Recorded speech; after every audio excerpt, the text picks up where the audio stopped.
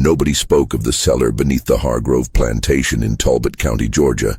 Not after the war, not during it, and certainly not in the years when cotton still ruled the red clay fields. But in March of 1865, when Union soldiers finally broke through the main house's rotting floorboards, they found something that made even battle-hardened men recoil.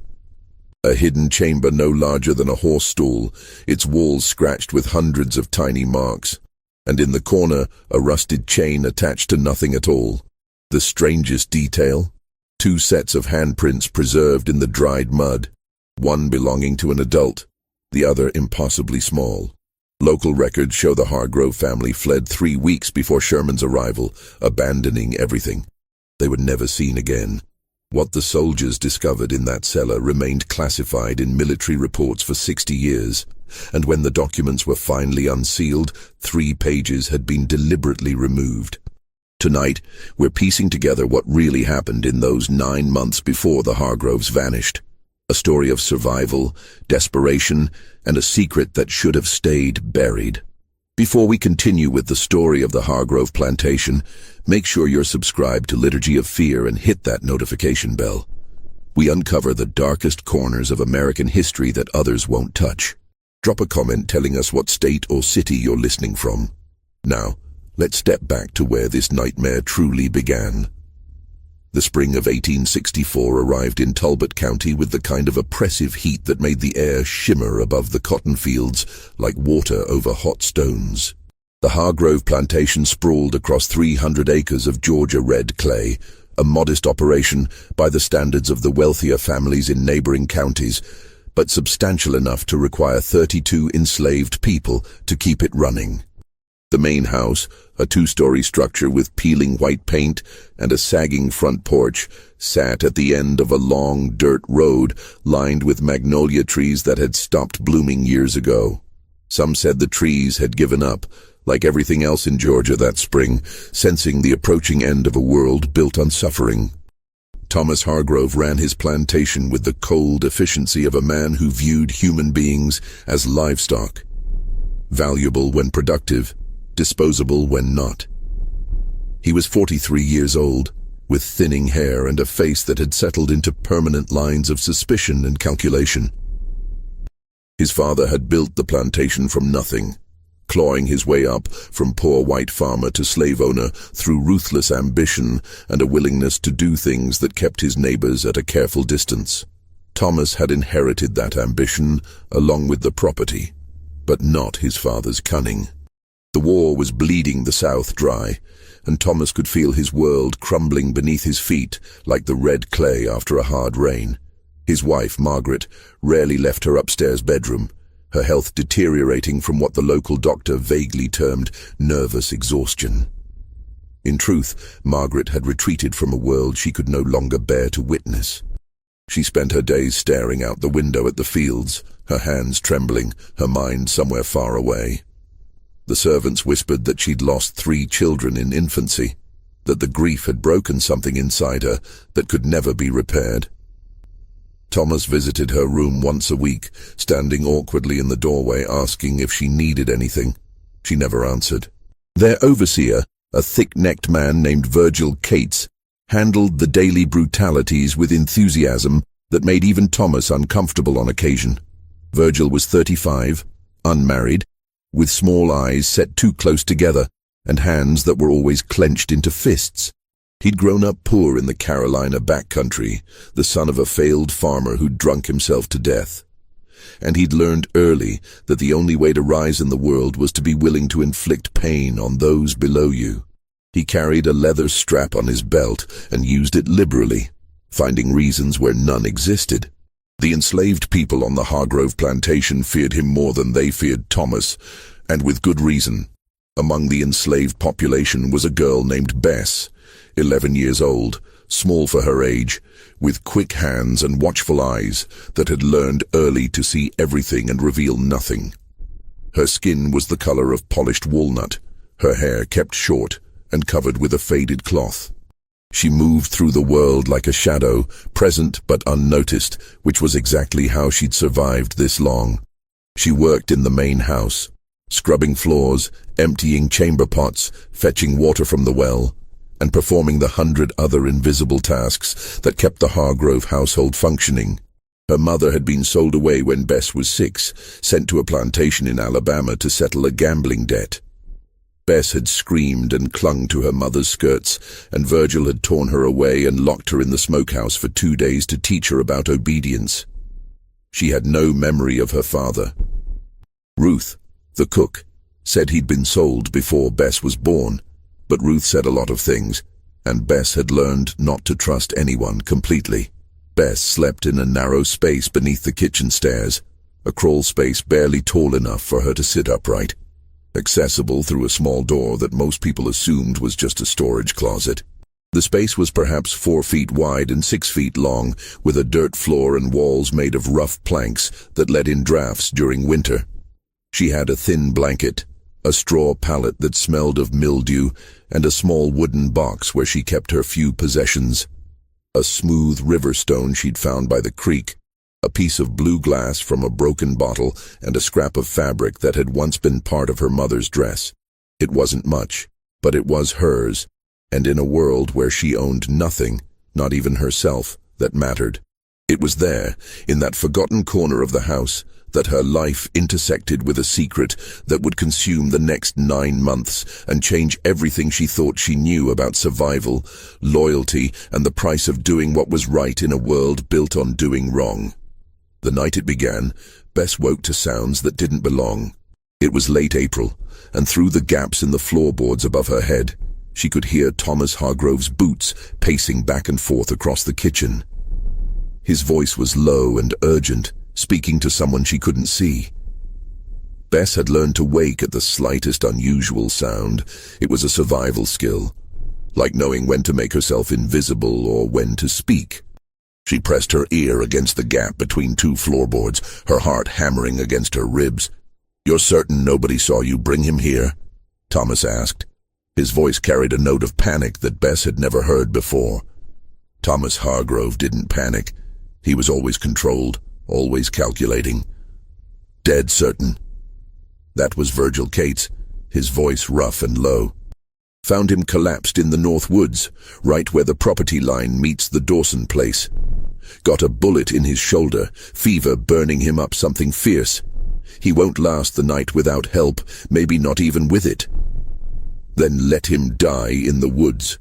Why in God's name did you bring him to my house?" Thomas's voice rose slightly, then dropped again, conscious of waking the household. There was a pause. Bess could hear the scrape of a chair being pulled across the floor, the creak of someone sitting down heavily. "Because he's got information," Virgil said quietly, "about the Union movements. He's a Confederate scout, been operating behind enemy lines for 3 months. Says he's got intelligence that could change everything. Troop positions, supply routes, weak points in their defenses, plans for Sherman's march. But he needs time to recover, and he needs to stay hidden. The Union's got patrols combing these woods looking for him. They know he's wounded, they know he's somewhere in this area. If they find him, they'll hang him as a spy." Bess heard Thomas exhale slowly, the sound of a man weighing impossible choices. "How long?" "Few weeks, maybe a month. Just until he's strong enough to travel. We keep him in the cellar, nobody needs to know. He gets his strength back, delivers his intelligence to the Confederate command, and we've done our patriotic duty. Hell, Thomas, there might even be a reward in it. Recognition. Maybe even a commendation from the governor. The cellar's not secure. The slaves go down there for supplies every day. Ruth sends that girl down there 3-4 times a day for preserves and cornmeal. Not the back section. Behind the preserves shelf, there's that old root cellar your father sealed up back in '52. Nobody's been in there for years. We open it up, put him inside, seal it back. I'll handle everything, food, water, medical supplies. You just keep running the plantation like normal. Nobody will know." Another long silence. Bess could almost hear Thomas thinking, calculating risks and benefits. Finally he spoke, his voice hard. "If this goes wrong, Virgil, if anyone discovers we're harboring a fugitive, Confederate or not, the Union will burn this place to the ground and hang us both. And if the Confederacy finds out we kept this information from them for weeks while we nursed a spy back to health, they'll shoot us for treason. Won't happen. I'll handle everything. You have my word. Your word. Thomas laughed, a bitter sound. Your word and a Confederate dollar will buy me nothing. But I don't see that we have a choice. If this man has information that could help the cause, we have a duty. God help us both. Bess heard their footsteps moving toward the cellar door, heard the creak of hinges that needed oiling, and then silence.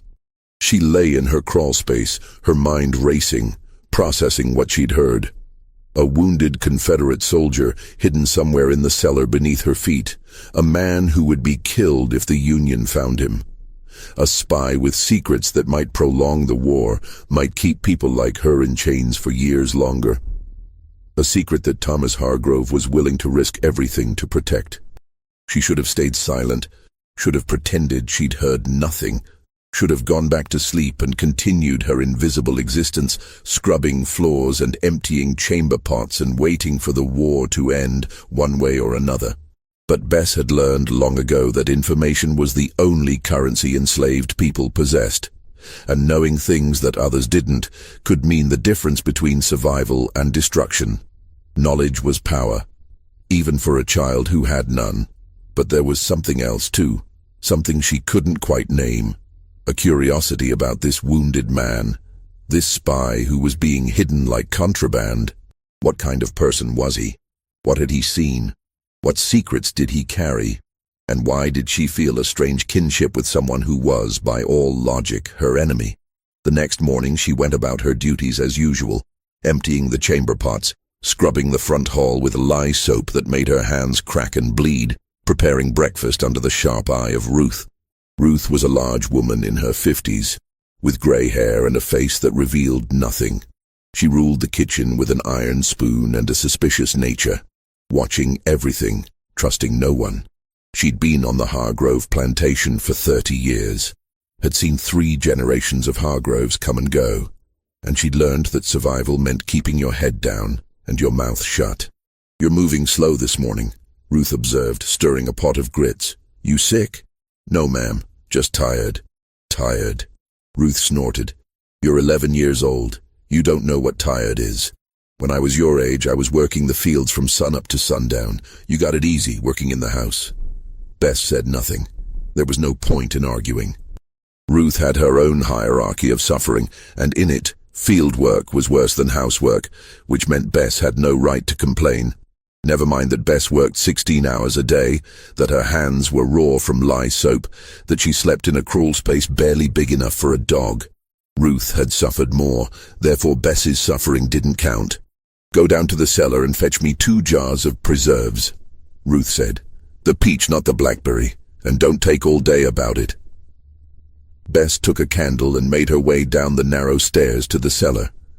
The space was low-ceilinged and damp, smelling of earth and mildew and the sharp tang of vinegar from the pickle barrels. A single small window near the ceiling let in a weak shaft of morning light, illuminating dust motes that danced in the air.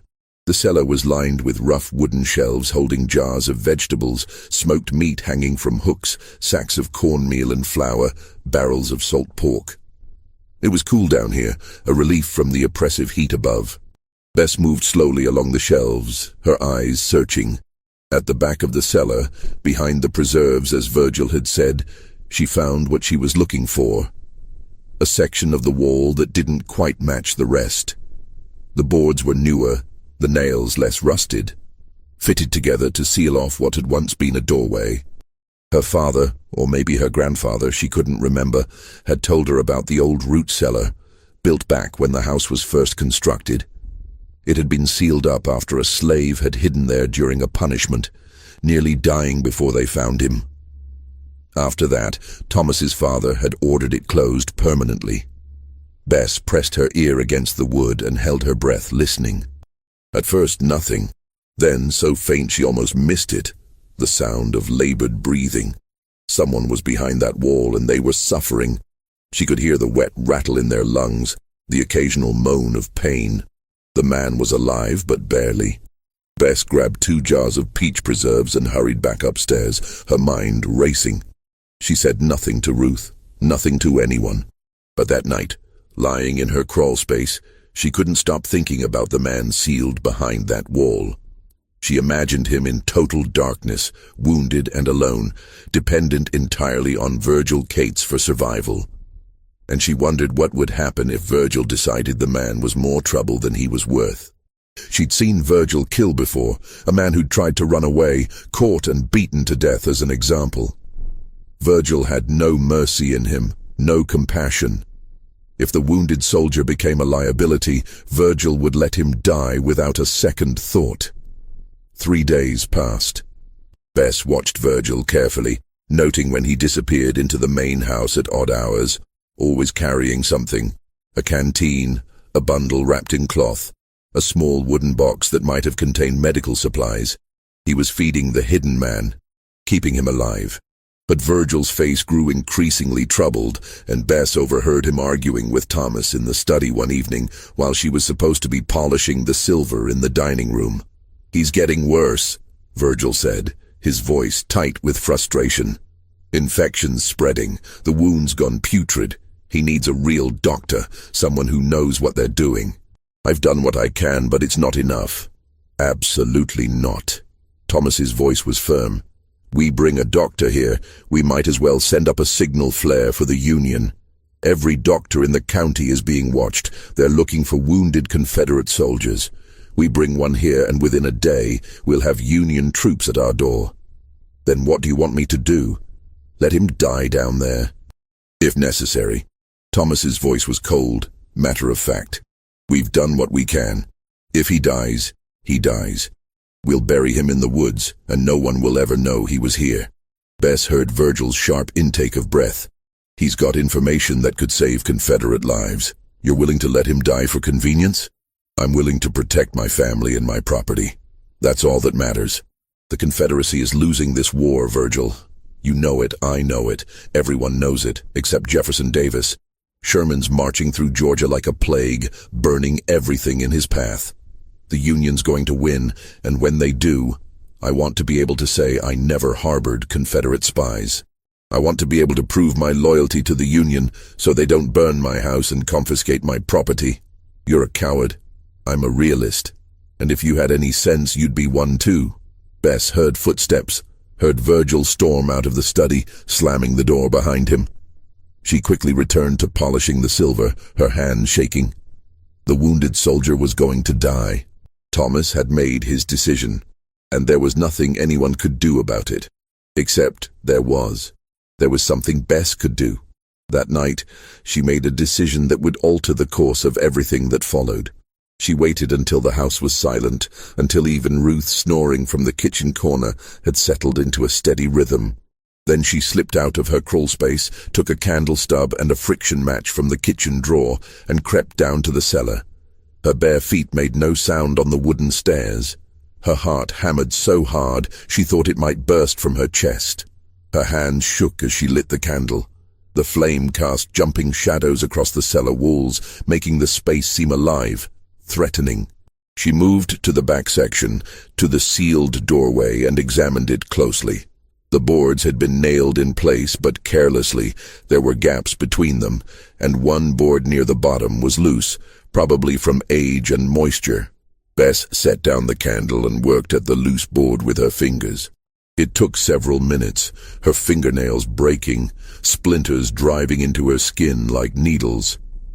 But finally the board came free with a soft creak that sounded impossibly loud in the silence. Behind it was darkness and the overwhelming smell of sickness, sweat and blood and infection and human waste. The smell was so strong it made her gag. "Who's there?" The voice was weak, barely more than a whisper, but it carried a note of panic. "Virgil, is that you?" Bess pressed her face close to the opening, trying not to breathe too deeply. "I'm not Virgil. I'm not going to hurt you. I brought water." She'd taken a tin cup from the kitchen, filled it from the pump outside. The water was cool and clean, and now she carefully passed it through the gap. She heard movement. The sound of someone dragging themselves across a dirt floor with agonizing slowness, and then the cup was taken from her hand with trembling fingers. The man drank desperately, water spilling down his chin, some of it splashing onto the dirt floor. When he finally lowered the cup, his breathing was ragged, labored. "Thank you," he managed. "Thank you. God bless you." "You're the Confederate scout," Bess whispered. "I heard them talking about you." A pause. "Who are you?" "Nobody. Just a girl who works in the house. They don't see me. I'm invisible. You shouldn't be here. If they catch you—" He broke off, coughing, a wet, painful sound that went on for nearly a minute. When he finally stopped, his breathing was even more labored than before. "They won't catch me. I'm careful." Bess hesitated, then asked the question that had been burning in her mind. "Are you going to die?"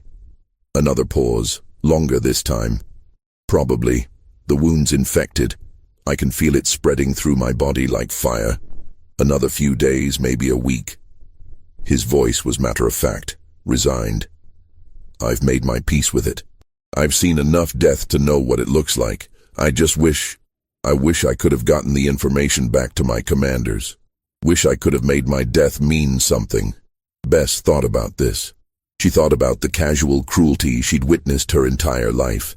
The way people like Thomas Hargrove and Virgil Cates treated human beings as property, as tools to be used and discarded when they broke. She thought about her mother, sold away to a plantation in Alabama, probably dead by now from overwork or disease or childbirth.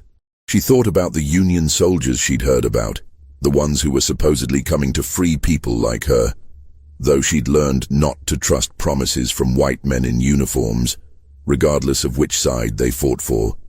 Freedom was just a word, and words didn't mean much when you were 11 years old and owned by someone who could sell you or beat you or kill you on a whim. And she thought about the man behind this wall, dying slowly in the dark because Thomas Hargrove valued his own safety more than another person's life. It didn't matter that the man was a Confederate soldier, that his information might prolong the war, might keep her enslaved for longer. What mattered was that he was a human being, suffering and alone, and she had the power to help him. "I know about medicine," she said quietly. "Not much, but some. Ruth taught me things, herbs and poultices, how to clean wounds, how to reduce fever. I could help you. I could try, at least." "Why would you do that?" The man's voice was confused, almost suspicious. "I'm a Confederate soldier. If the Union wins, people like you go free. You should want me to die. You should want the Confederacy to lose." Bess considered this. It was a fair question. "Maybe," she said slowly. "Or maybe we just get different masters. I don't know what's going to happen. Nobody does. But I know what it's like to be trapped somewhere with nobody to help you. I know what it's like to be invisible, to have people walk past you like you don't exist. And I know I can't just let you die when I might be able to do something. I don't know if that makes sense, but it's how I feel." She heard him shift in the darkness, heard the rustle of fabric and the scrape of something against the dirt floor. "What's your name?" "Bess. I'm Daniel. Daniel Pritchard, 3rd Georgia Infantry, Company B." He coughed again, but less violently this time. "If you're serious about helping me, Bess, you need to understand something. If they catch you coming down here, they'll punish you, severely. Virgil Cates doesn't show mercy to anyone, especially not to slaves who disobey. And if they realize you know about me, they might kill you to keep the secret safe. Thomas Hargrove is desperate, and desperate men do terrible things. I know." "Then why risk it?" Bess thought about this question for a long moment. Finally, she said, "Because I'm tired of being invisible. Because I'm tired of watching people suffer and not doing anything about it. Because maybe if I save one person, it means something. Maybe it means I'm not just property. Maybe it means I'm a person who can make choices, who can do something that matters. I don't know. I just know I have to try." Daniel was quiet for so long that Bess thought he might have passed out.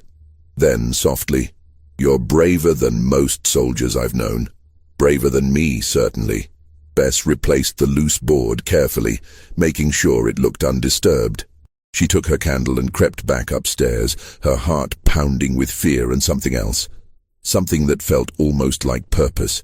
For the first time in her life, she was doing something that mattered, something that was her choice and hers alone. The next night she returned, and the night after that, and the night after that.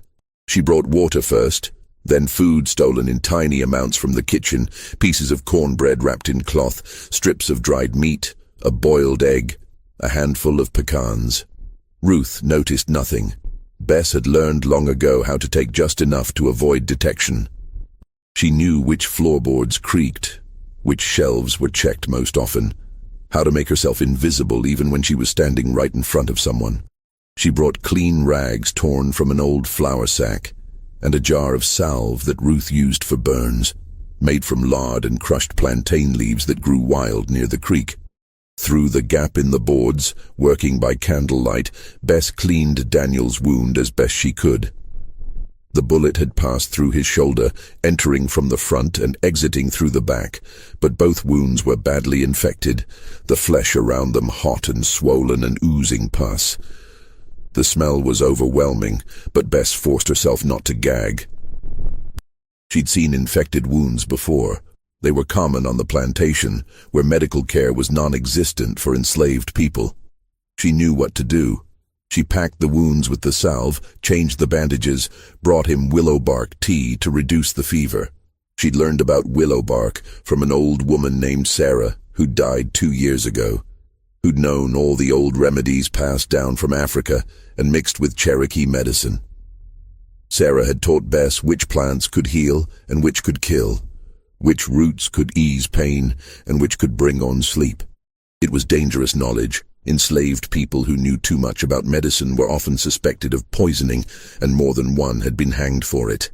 But Sarah had trusted Bess, had seen something in her that made her willing to pass on the knowledge.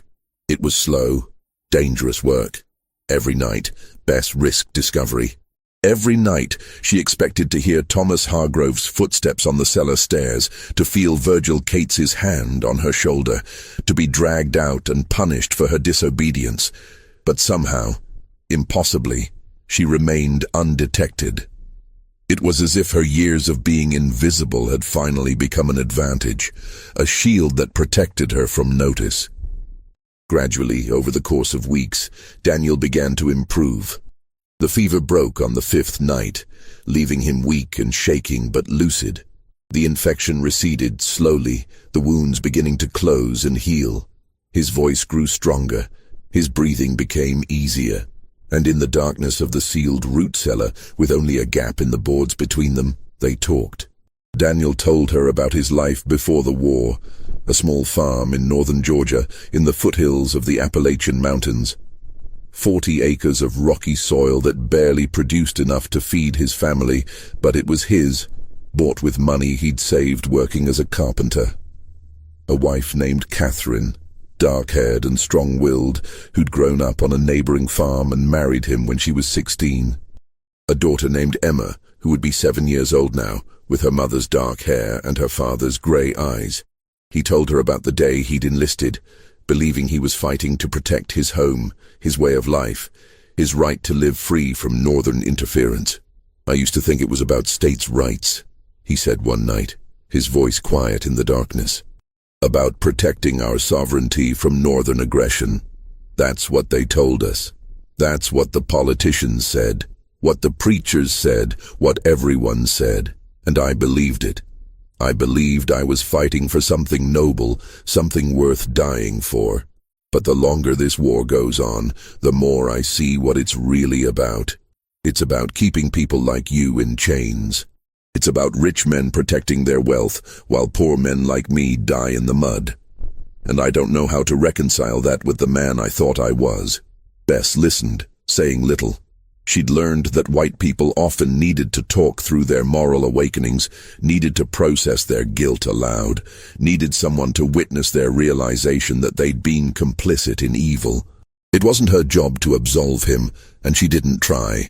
But she appreciated his honesty, even if it came too late to change anything, even if it was born from suffering rather than principle.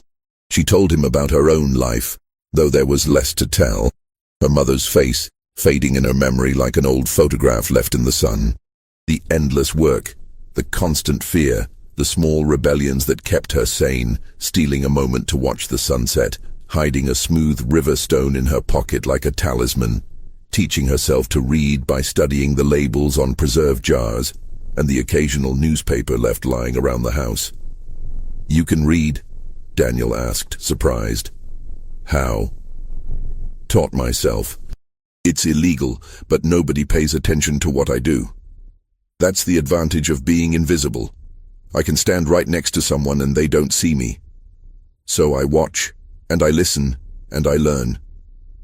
I know which letters make which sounds. I can read most words now, though the long ones are hard. That's remarkable. Most grown men I know can't read. It's not remarkable. It's survival. Knowledge is the only thing they can't take away from you. They can sell you, beat you, work you to death. But what's in your head is yours. That's what Sarah used to say. She was the one who taught me about medicine, about plants. She said knowledge was power, even for people who had no power. She sounds wise. She was. They sold her daughter south and she died 6 months later. Just gave up. Stopped eating, stopped talking, just faded away. I found her one morning in her cabin, and she looked peaceful, like she'd finally escaped. Daniel was quiet for a long moment. "I'm sorry. Everyone's sorry. Sorry doesn't change anything." "No, I suppose it doesn't." As May turned to June, Daniel's recovery continued. He could sit up now, could move around the small space of the root cellar. Bess had managed to bring him a blanket, a bucket for waste, a small tin plate and spoon. The space was still cramped and dark and miserable, but it was better than it had been. Daniel described it to her once, about 8 feet square with a dirt floor and stone walls that wept moisture. There was no light except what came through the gap in the boards when Bess visited. No sound except the occasional scurrying of rats. Nothing to do but sit in the darkness and think and wait. "I'm going mad," he told her one night. "I can feel it. The darkness, the silence, the not knowing what time it is or how long I've been here. Sometimes I think I'm already dead, that this is hell, that I'm being punished for my sins." "You're not dead, and you're not in hell. You're in Georgia, which is close, but not quite the same thing." He laughed at that, a sound that turned into a cough. "You have a dark sense of humor for a child." "I'm not a child. I haven't been a child since I was 6 years old and watched my mother get sold away. Children get to be innocent. I never had that." "No, I suppose you didn't." But a new problem emerged. Virgil Cates had stopped coming. Bess realized this after several nights of not hearing Virgil's footsteps in the cellar, not seeing him slip into the house at odd hours. She asked Daniel about it, and his response was grim. "He came 3 days ago, said the union's getting too close, that it's too dangerous to keep me here, said he'd bring me food one more time, and then I was on my own, said I should be strong enough to break out and make my own way north to the Confederate lines." Daniel's voice was flat, emotionless. "He hasn't come back. I think Hargrove ordered him to let me starve. Easier than killing me outright. Less blood on their hands." Bess felt a cold fury settle in her chest, familiar and almost comforting. She'd felt it before, when her mother was sold, when she'd watched Virgil beat a man unconscious for dropping a water bucket, when Thomas Hargrove had sold a woman's baby to pay for a new carriage. The fury never went away, just simmered beneath the surface, waiting. "Then I'll bring you more food. Enough to keep you going." "Bess, you can't. You're already taking too much risk. If they catch you, they won't. You don't know that. You're getting careless. You're coming down here every night. Someone's going to notice. Ruth's going to notice the missing food. Virgil's going to see you. And when they do, they'll kill you. Not punish you, kill you. Because you know too much and dead people don't talk." "I don't care. You should care. You're 11 years old. You have your whole life ahead of you. The war's going to end soon one way or another, and you'll be free. Don't throw that away for me." "Free?" Bess laughed bitterly. "You think freedom is magic? You think the war ends and suddenly everything's different? I'll still be black in a world run by white people. I'll still be poor. I'll still have nothing. Freedom doesn't change that. It's better than slavery. Maybe. Or maybe it's just a different kind of prison, I don't know. But I know I'm not going to let you die. Not after everything. But she knew it was only a matter of time. Ruth was already giving her suspicious looks, noticing the missing food, the way Bess was always tired in the mornings. And Virgil had started watching her with an intensity that made her skin crawl, as if he suspected something but couldn't quite figure out what. She'd caught him staring at her twice, his small eyes narrowed, his jaw working like he was chewing on a problem. The situation reached a crisis point in late June. Bess was in the kitchen, preparing dinner, peeling potatoes, cutting up a chicken that Ruth had killed that morning, stirring a pot of beans that had been soaking since dawn. The heat was oppressive, the air thick and still, and sweat ran down her back and soaked through her thin dress. Ruth was at the table, kneading dough for biscuits, her large hands working the dough with practiced efficiency. Through the thin walls, Bess could hear Thomas and Virgil arguing in the study. Their voices carried, sharp and angry. "I want him gone," Thomas said. "Tonight. I don't care if he's recovered or not. I don't care if he can walk or not. Take him into the woods and leave him there. If he dies, he dies. I won't have him on my property anymore." "He can barely walk," Virgil protested, his shoulders still weak. "You're signing his death warrant." "Better his death than mine. The union's within 20 miles of here. I heard it from Patterson yesterday. They're moving through the county, searching every plantation, every farm, every house. They're looking for Confederate soldiers, for supplies, for anything they can use. If they search this house and find him, we'll all hang. Me, you, everyone. I won't risk it. He's got information. I don't care about his information. The Confederacy is losing this war. Everyone knows it. Richmond's going to fall, Lee's going to surrender, and it's all going to be over. And when it is, I want to be able to look the Union soldiers in the eye and say I never harbored Confederate fugitives. I want to be able to prove my loyalty. You're a coward. I'm a survivor. There's a difference. Now get him out of my house. Tonight. That's an order." Bess's hands froze over the pot she was stirring. She had to warn Daniel, had to get him out before Virgil came for him. But how? Where could he go? He was still weak, still recovering. He couldn't travel far, couldn't move fast, and the woods were full of Union patrols. He'd be caught within a day. That night, she didn't wait for the house to settle into sleep. As soon as Ruth retired to her corner, snoring within minutes, Bess slipped down to the cellar, her heart racing. She pried loose the board and whispered urgently into the darkness. "Daniel, they're coming for you tonight. You have to leave, now." She heard him move, heard the pain in his sharp intake of breath. "I can't. I'm not strong enough yet. I can walk, but not far, not fast. My shoulder's still weak. If I try to run, I'll collapse within a mile." "Then I'll help you." "Bess, no. If they catch you helping me escape, I don't care. I'm not letting them kill you. Not after everything. Not after I've spent 2 months keeping you alive." She worked frantically at the other boards, pulling them loose one by one.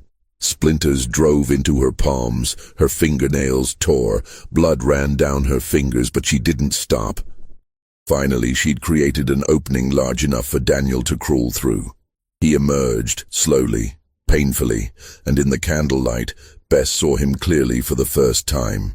He was younger than she'd imagined, maybe 25, with a gaunt face and hollow eyes, and a beard that had grown wild during his confinement. His left arm hung useless at his side, the shoulder still bandaged with her makeshift dressings. He was thin, emaciated, his clothes hanging off his frame. He looked at her, and she saw something in his expression that might have been wonder, or gratitude, or something else entirely. "You're just a child," he said softly. "I'm old enough to know right from wrong. Now come on. We don't have much time." She helped him up the cellar stairs, supporting his weight as best she could. He was heavy, and she was small, and it was slow going. They made it to the kitchen, and Bess was reaching for the back door when she heard footsteps on the front porch. Virgil Cates, coming to carry out Thomas's orders. Bess made a split-second decision. She shoved Daniel toward her crawlspace beneath the stairs. "Get in there, don't make a sound, don't move, don't breathe." "Bess, now!" Daniel squeezed into the narrow space, his face contorting with pain as he bent his injured shoulder. Bess pushed the small door shut just as Virgil entered the kitchen through the front hall. He stopped when he saw her, his eyes narrowing with suspicion. "What are you doing up?" "Couldn't sleep. Came to get water." Bess kept her voice steady, though her heart was hammering so hard she was certain he could hear it. She moved to the water bucket by the sink, dipped a cup, drank slowly. Virgil studied her for a long moment, his small eyes moving over her face, her hands, her posture, looking for signs of deception. Finally, he grunted and moved past her toward the cellar door. Bess stood frozen, listening to his footsteps descending the stairs. She heard his curse of surprise when he discovered the loose boards, heard him moving around the root cellar, searching, his boots scraping against the dirt floor. When he came back up, his face was dark with fury. He crossed the kitchen in 2 strides and grabbed her by the arm, his fingers digging in hard enough to bruise, hard enough to make her gasp with pain. "Where is he? Where's who?" Virgil raised his hand to strike her, and Bess braced herself for the blow. She'd been hit before many times. She knew how to take it, how to protect her head, how to go limp so the bones didn't break. But before the blow could fall, a voice spoke from the doorway. "Let her go." Daniel stood there, swaying slightly, his good hand gripping a kitchen knife he must have grabbed from the counter. He looked like he might collapse at any moment, his face pale and slick with sweat. But his eyes were hard. Virgil released Bess and turned to face Daniel. "You're in no condition to fight me, boy." "Maybe not, but I can make enough noise to wake the whole house. And then Thomas Hargrove will have to explain to everyone why there's a Confederate deserter in his cellar. His wife, his neighbors, the Union patrols that are searching the area, everyone will know. I'm no deserter. That's what they'll call you when I tell them you've been hiding here for 2 months instead of reporting back to your unit. That's what the military tribunal will call you before they hang you for cowardice and dereliction of duty." Daniel's voice was cold, harder than Bess had ever heard it. "Let us go and I'll disappear. You'll never see me again. Nobody has to know I was ever here. You can tell Hargrove I escaped, that I broke out on my own. He'll believe you." Virgil's jaw worked, his hands clenching and unclenching. Bess could see him calculating, weighing his options, trying to figure out which choice would cause him the least trouble. Finally, he stepped back. "You've got until dawn. After that, I'm reporting you to the Confederate authorities. They'll hunt you down like a dog, and when they catch you, they'll hang you, and you—" He looked at Bess, and there was something almost like pity in his eyes. "You're a fool, girl. You threw away your life for a man who'll be dead in a week. Was it worth it?" "Yes," Bess said quietly. "It was my choice to make. That makes it worth it."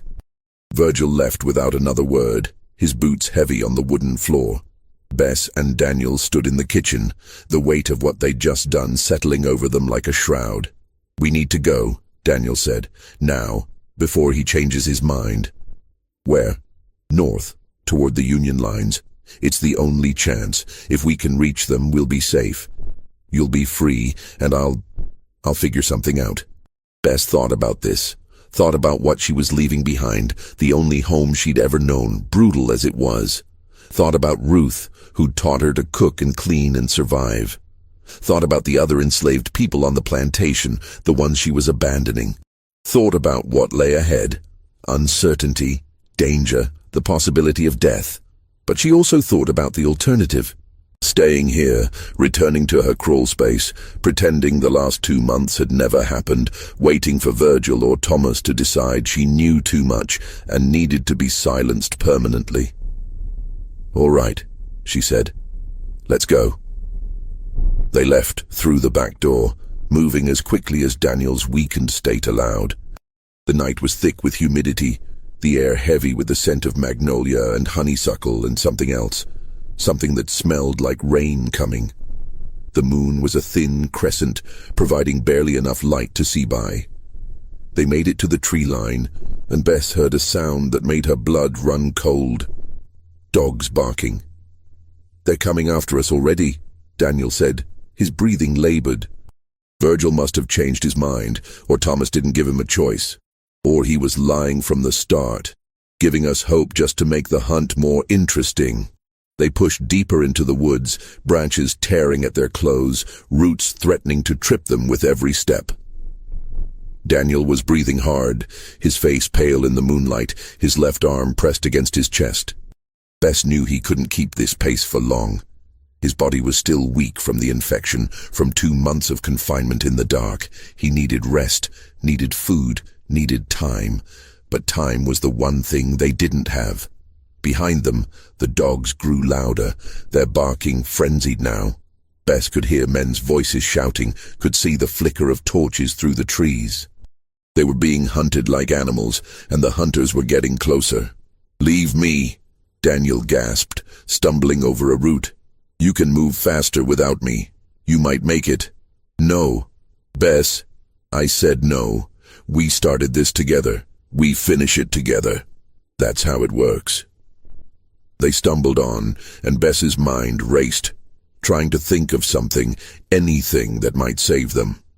Then she remembered something Ruth had told her once about how to throw dogs off a scent. It was an old trick, passed down from people who'd run away, who'd tried to escape and sometimes succeeded. It was a desperate gamble, but it was all she had. "There's a creek about half a mile east," she said, her breath coming in gasps. "If we can reach it, we can wade downstream. The water will hide our scent. The dogs won't be able to track us." They changed direction, angling toward where Bess remembered the creek running. She'd been there before, years ago, sent to fetch water when the well ran dry during a drought. The creek was spring-fed, cold and clear, running over smooth stones. If they could reach it, they had a chance. The dogs were getting closer, their barking frenzied now. Bess could hear them crashing through the underbrush, could hear the men urging them on. She risked a glance back and saw torchlight flickering through the trees, maybe 100 yards behind them. They reached the creek just as the first dog burst through the underbrush behind them. Bess and Daniel plunged into the water, gasping at the cold shock of it. The water was waist-deep on Bess, chest-deep on Daniel, and the current was stronger than she'd remembered. They began wading downstream, fighting to keep their footing on the slippery stones, the cold water numbing their legs. The dog reached the creek bank and stopped, confused, casting back and forth for the scent. More dogs arrived and more men. Bess counted 4 torches, which meant at least 4 men, maybe more. She and Daniel pressed themselves against the far bank, hidden in the shadow of an overhanging willow tree, and held their breath. "Lost the trail," one of the men said, his voice carrying across the water. "Damn it. Virgil's going to have our heads. Spread out. Check both banks. They can't have gone far. That soldier's half dead, and the girl's just a child. We'll find them." The men moved along the creek bank, searching, their torches casting dancing shadows across the water. Bess and Daniel stayed perfectly still, the cold water lapping at their chins, their bodies pressed against the muddy bank. A mosquito landed on Bess's cheek and bit her, but she didn't move, didn't even blink. Daniel's breathing was shallow and rapid, and she could feel him shaking. From cold or fear or exhaustion, she couldn't tell. After what felt like hours but was probably only minutes, the search party moved on, heading in the wrong direction, following the creek upstream instead of down. The sounds of dogs and men gradually faded into the distance. Bess and Daniel waited until the sounds faded completely, until they couldn't hear anything but the gurgle of the creek and the chirp of crickets and the distant hoot of an owl. Then they climbed out of the creek on the far side, their clothes soaked and heavy, their bodies shaking with cold despite the warm night air. "We need to find shelter," Daniel said, his teeth chattering. "Somewhere to hide until I'm strong enough to travel properly. Somewhere they won't think to look." Bess thought about this, running through her mental map of the area. "There's an old tobacco barn about 3 miles from here. Been abandoned for years, since before I was born. The family that owned it died in a fever, and nobody wanted the land because they said it was cursed. Nobody goes there anymore. Can you find it in the dark?" "I think so. I've been there once when I was little. My mother took me there to pick blackberries. I remember the way." They walked through the night, moving slowly, stopping frequently to let Daniel rest. The woods were alive with sounds, the rustle of small animals in the underbrush, the call of night birds, the whisper of wind through the leaves. Bess led the way, navigating by memory and instinct, following landmarks she half remembered. A lightning-struck oak, a pile of stones that might have been a property marker, a clearing where wild roses grew. By the time the sky began to lighten in the east, painting the horizon with streaks of pink and gold, they'd reached the barn. It was a sagging structure with half its roof missing and walls covered in creeping vines. The door hung crooked on its hinges, and the windows were empty of glass. But it was shelter, and it was hidden, surrounded by overgrown fields and thick woods. They collapsed inside, too exhausted to speak. The barn smelled of rot and mildew and old tobacco, but it was dry and relatively safe. Bess found some old burlap sacks in a corner and used them to make a rough bed. Daniel lay down with a groan, his face grey with pain and fatigue, his injured shoulder pressed against the makeshift pillow. "Thank you," he whispered, his eyes already closing. "For everything." Bess sat beside him, her back against the wall, keeping watch. "Don't thank me yet, we're not safe. We're not even close to safe." "No, but we're alive. That's more than I expected when I woke up this morning." They slept through the day, taking turns keeping watch through the broken windows. Bess woke every hour or so, her body conditioned to never sleep too deeply, always alert for danger. Each time she woke, she checked to make sure Daniel was still breathing, still alive. Each time she listened for sounds of pursuit, dogs barking, men shouting, horses approaching. But the woods remained quiet, peaceful, as if the world had forgotten they existed. When night fell again, Bess ventured out to search for food. She found wild blackberries growing along the edge of a field, their branches heavy with fruit. She dug up some edible roots, wild onions and a few small potatoes from what must have been a garden once. She filled a canteen from a stream, the water cold and clean. It wasn't much, but it was enough to keep them going for another day. This became their routine.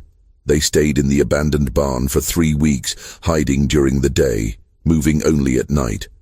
Bess foraged for food, stole vegetables from nearby farms when foraging wasn't enough, once even managed to snare a rabbit using a trap she'd learned to make from watching the men on the plantation. Daniel's strength slowly returned. The wound in his shoulder healed, though his left arm would never regain its full strength. The muscle had been damaged too badly, the nerves severed or scarred. They talked during the long hours of hiding. Daniel told Bess more about his life, about his wife Catherine and his daughter Emma. He talked about his plans, how he intended to desert the Confederate Army, make his way north, start over somewhere far from Georgia. He talked about his guilt, about the things he'd done in the war, the men he'd killed, the orders he'd followed even when he knew they were wrong. "I shot a man once," he said one night, his voice barely above a whisper. Union soldier, couldn't have been more than 18 years old. He was wounded, lying in a ditch calling for his mother. I could have taken him prisoner. Should have. But my commanding officer said we didn't have time, that we needed to move fast.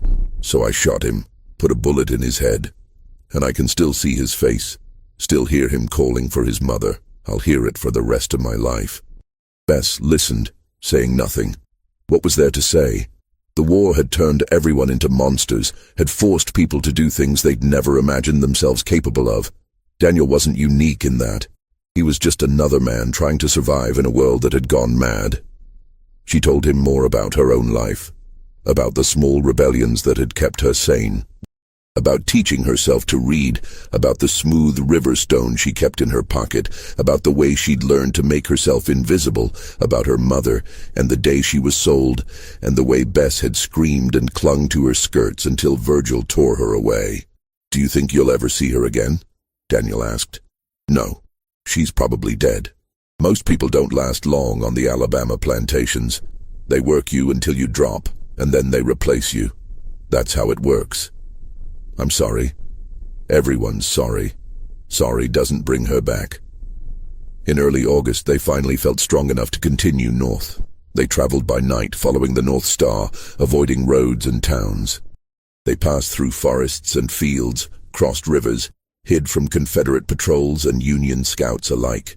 It was slow, dangerous work, but they were getting closer to the Union lines with each passing day. They survived on foraged food and stolen vegetables, on water from streams and the occasional kindness of enslaved people who saw them passing through and left food where they could find it. A loaf of bread wrapped in cloth, a jar of preserves, a smoked ham. These anonymous gifts kept them alive, kept them moving forward. Then, on a night in mid-August, everything changed. They were moving through a dense pine forest, the air thick with the scent of resin and needles, when they heard voices ahead, men speaking in low tones, the clink of metal on metal, the sound of a camp settling in for the night. Soldiers, but Bess couldn't tell which side. She and Daniel froze, listening. "Patrol's due back in an hour," one voice said. "If they're not here by then, we assume they've been captured or killed. Or deserted. These woods are crawling with rebs and deserters from both sides. Can't trust anyone anymore. Captain says we're moving out at dawn, heading toward Macon. Should be there in 3 days if we don't run into trouble." Union soldiers. They'd finally reached the federal lines. Daniel looked at Bess, and she saw the hope in his eyes, mixed with fear and uncertainty. They'd made it. Against all odds, they'd actually made it. But what came next? What would the Union soldiers do with a Confederate deserter and an enslaved child? They stepped out of the trees, hands raised, moving slowly so as not to startle the sentries. The Union soldiers spun toward them, rifles raised, and for a moment Bess thought they might shoot first and ask questions later. But then an officer stepped forward, a young man with lieutenant's bars on his shoulders, studying them in the moonlight. "Who are you?" he demanded, his hand on his pistol. "Daniel Pritchard, 3rd Georgia Infantry. I'm deserting. And this is Bess. She saved my life. She's been traveling with me for 2 months, helping me reach your lines." The officer's eyes moved from Daniel to Bess, taking in her torn dress, her bare feet, the exhaustion etched into her young face. "How old are you, girl?" 11, sir." Something shifted in the officer's expression, surprise perhaps, or respect or pity. "You've been traveling with this man, alone, for 2 months?" "Yes, sir. I helped him escape from the plantation where I was enslaved. We've been hiding, moving at night, trying to reach the Union lines. He was wounded, and they were going to let him die, and I couldn't just let that happen." The officer was quiet for a long moment, studying her face. Then he lowered his rifle and gestured to his men to do the same. "You're safe now. Both of you. Come with us. We'll get you food, clean clothes, a place to sleep, and then we'll figure out what comes next." They were taken to a Union camp, a sprawling collection of tents and wagons and campfires spread across a clearing in the woods. Bess had never seen so many soldiers in one place. Hundreds of them, maybe thousands, all wearing the blue uniforms of the Union Army. They were given food, real food, not foraged roots and stolen vegetables, but salt pork and hardtack and coffee that was bitter but hot. They were given clean clothes, though the smallest uniform they could find for Bess still hung off her like a sack. They were given a tent to share with real blankets and a canvas floor that kept out the damp. Bess was questioned extensively about the Hargrove plantation, its location, its defenses, the number of enslaved people there, the layout of the buildings where Thomas Hargrove kept his valuables. She answered as best she could, though she felt a strange guilt about betraying the place that had been her prison. It was irrational, she knew. The Hargroves had never shown her any loyalty, had never treated her as anything more than property, but it was still the only home she'd ever known, and there was something unsettling about giving the Union soldiers the information they needed to destroy it. Daniel was questioned too, about Confederate troop movements and strategies and the intelligence he'd been carrying when he was wounded. He provided what information he could, though he made it clear he wanted no part in the war anymore. The Union officers seemed to accept this, though Bess noticed they kept him under guard, as if they didn't quite trust him. 3 days later, a Union regiment moved on the Hargrove plantation. Bess wasn't there to see it, but she heard about it afterward from soldiers returning to camp. Thomas Hargrove had fled before they arrived, taking his wife and whatever valuables they could carry in a single wagon. They'd headed west, toward Alabama, and nobody knew what had become of them. Virgil Cates had tried to fight, barricading himself in the main house with a rifle, and been shot by Union soldiers when he refused to surrender. He died on the front porch, bleeding out while the house burned behind him. The enslaved people had been freed, though Bess learned that freedom meant being herded into contraband camps where conditions were often as bad as the plantations they'd left. The camps were overcrowded, disease-ridden, with inadequate food and shelter. People died there by the dozens, from typhoid, from dysentery, from simple starvation. Freedom, it turned out, was more complicated than anyone had imagined. Bess asked about Ruth, about the others she'd known, but nobody could tell her what had happened to them. They'd scattered, disappeared into the chaos of a collapsing South, trying to find family members who'd been sold away, trying to build new lives from nothing. Daniel left the camp in September, heading north toward Pennsylvania, where he hoped to find work and eventually send for his family.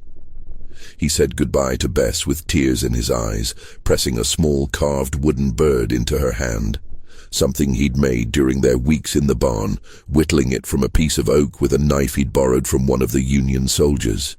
"You saved my life," he said, his voice thick with emotion. "I'll never forget that. Never.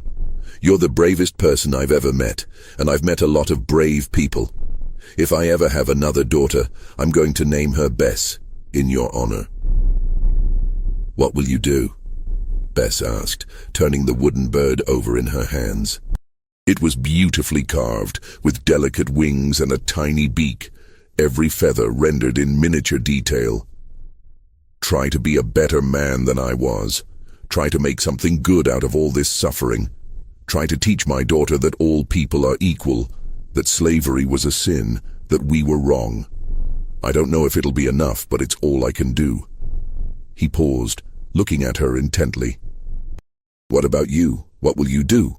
Bess looked around the camp, at the soldiers and the freed slaves and the endless confusion of war.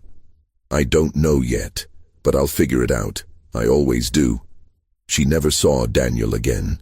She heard years later that he'd made it to Pennsylvania, that he'd been reunited with his family, that he'd lived a quiet life as a carpenter until his death in 1889.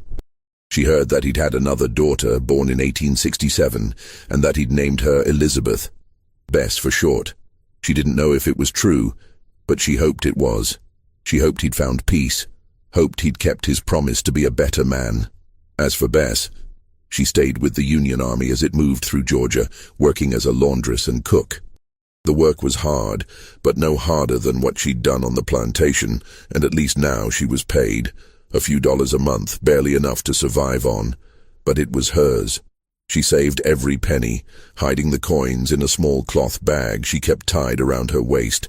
When the war ended in 1865, she made her way to Atlanta, where she found work in a boarding house run by a free black woman named Hannah. Hannah was in her 40s, stern but fair, and she took Bess under her wing, teaching her how to run a household, how to manage money, how to navigate the complicated world of Reconstruction. Bess learned to read and write properly, studying by candlelight after her work was done. She learned arithmetic, keeping the boarding house's books, balancing accounts. She learned how to deal with white people who still saw her as property, how to stand her ground without getting herself killed. In 1870, at the age of 17, Bess opened her own boarding house, using the money she'd saved and a loan from Hannah. It was a small place, just 6 rooms, but it was hers. She catered to newly freed black families trying to build lives in the aftermath of slavery, offering them clean rooms and hot meals and a safe place to stay while they looked for work. She charged fair prices, never gouged, and she had a reputation for helping people in desperate situations, offering shelter to those who couldn't pay, providing food to families on the edge of starvation, giving advice to people navigating the treacherous waters of freedom. She never married, never had children of her own, but she became known in her community as someone who helped people, who remembered what it was like to be powerless and alone. She kept the carved wooden bird Daniel had given her on a shelf in her room until the day she died in 1903, at the age of 50. In her will, she left her boarding house to be used as a school for black children, with a stipulation that it should always offer refuge to those fleeing violence or persecution. The building stood until 1947, when it was torn down to make way for a highway. But the school continued in a new location, and it still operates today, though few people remember the story of its founder. There's a small plaque on the wall of the current building, installed in 1985, that reads, "Founded by Elizabeth Bess, last name unknown, 1870. A woman who understood that freedom means nothing without compassion." As for the Hargrove plantation, it was never rebuilt. The main house burned down in 1866 under mysterious circumstances. Some said it was arson by former slaves, others claimed it was lightning, but nobody knew for sure. The land was eventually sold and subdivided, parceled out to small farmers and eventually absorbed into the growing suburbs of the 20th century. The cellar where Daniel had hidden was filled in and forgotten, buried under layers of dirt and time. Until 1925, when a construction crew breaking ground for a new house discovered the sealed root cellar. They found the scratches on the walls, hundreds of them. Tiny marks that might have been Daniel counting the days of his confinement. They found the rusted chain, though nobody could explain what it had been attached to or why it was there. They found something else too, a small wooden door, barely large enough for a child, hidden behind a false wall, and carved into the wood, in letters so small they were almost invisible, were two words: Bess helped. The discovery made the local newspapers, sparking speculation about what had happened in that cellar 60 years earlier. But by then, everyone who might have known the truth was dead. Thomas and Margaret Hargrove had disappeared into Alabama and were never heard from again. Virgil Cates was buried in an unmarked grave somewhere on the plantation grounds. The enslaved people who'd lived there had scattered to the winds, their stories lost to history. The story became a local legend, whispered about but never confirmed, a mystery that seemed destined to remain unsolved. People speculated. Maybe it was a hiding place for runaway slaves. Maybe it was where the Hargroves kept prisoners. Maybe it was something darker, something involving murder or torture or unspeakable crimes. The truth, as is often the case, was both simpler and more complicated than any of the legends. It wasn't until 1931, when a historian researching Union military records stumbled across a report filed by Lieutenant James Morrison in August 1864, that pieces of the puzzle began to come together. The report mentioned a young enslaved girl who'd helped a Confederate deserter escape, who'd provided valuable intelligence about plantation defenses, who'd shown remarkable courage and resourcefulness. The report didn't give her name, just referred to her as a Negro child, approximately 11 years of age. The historian tried to track down more information, but the trail went cold. There were no photographs of Bess, no letters, no official records of her life after the war. Just that one report, and the carved words in the cellar door, and the memories of a few elderly people in Atlanta who remembered a boarding house owner who'd once told them about hiding a wounded soldier when she was a child. The story might have ended there, forgotten again, if not for one final discovery. In 1958, a woman named Sarah Pritchard, researching her family genealogy, found a journal that had belonged to her great-grandfather, Daniel Pritchard. In it, he'd written extensively about his time in Georgia during the war, about the plantation where he'd hidden, and about the young girl who'd saved his life at tremendous risk to her own. The journal entries were detailed, almost obsessive, as if Daniel had been trying to preserve every memory, every conversation, every moment of those 9 months. He wrote about Bess's courage, her intelligence, her determination to save him, even when it made no logical sense. He wrote about the guilt he felt, knowing that she'd risked everything for him while he'd spent years fighting to keep people like her enslaved. "I have lived 40 years since that night," he wrote in an entry dated 1904, a year after Bess's death, though he didn't know she'd died. I have built a life, raised children, tried to be a good man. But I have never forgotten the courage of that child who had every reason to let me die and chose instead to save me. I pray that she found peace and happiness, that the war gave her the freedom she deserved. I pray that somewhere, somehow, she knows that her kindness mattered, that it changed everything, that it changed me. He wrote about naming his second daughter Elizabeth, about telling her the story of the girl who'd saved his life, about teaching all his children that slavery was evil and that they had a responsibility to fight for justice and equality. He wrote about the nightmares he still had, about the man he'd shot in the ditch, about all the things he'd done in the war that he could never take back. And he wrote about how Bess had shown him that even in the darkest times, even when the world seemed determined to crush every bit of humanity out of people, there were still those who chose compassion over cruelty, who chose to help even when it cost them everything. Sarah Pritchard published excerpts from the journal in a small historical society newsletter in 1959. It was picked up by a few newspapers, and eventually someone in Atlanta made the connection to the boarding house owner who died in 1903. The pieces finally came together, and the full story of Bess and Daniel emerged from the shadows of history. What happened in that cellar beneath the Hargrove plantation was exactly what the evidence suggested. An act of extraordinary courage by a child who had no reason to risk everything for a stranger, and who did it anyway. There was no supernatural element, no divine intervention, no fairy tale ending. Just two people trying to survive in a world that wanted them dead, and choosing to help each other when they had every reason not to. The story raises questions that have no easy answers. What drives a child to risk her life for someone who, by all logic, should have been her enemy? What makes a man question everything he's believed and fought for? How do we measure the value of a single act of kindness in the midst of a war that killed hundreds of thousands? What does freedom really mean, and is it enough? We don't have definitive answers. We only have the facts. The cellar, the handprints, the carved words, the journal entries, the boarding house that became a school. We have the evidence of two lives that intersected for 9 months in 1864 and were forever changed by that intersection. The Hargrove plantation is gone now, the land covered by suburban houses and shopping centers, and the relentless march of progress. But if you know where to look, you can still find the old foundation, still see the outline of where the cellar once stood. And if you're very quiet, if you let yourself imagine what happened there all those years ago, you can almost hear the whisper of two voices in the darkness.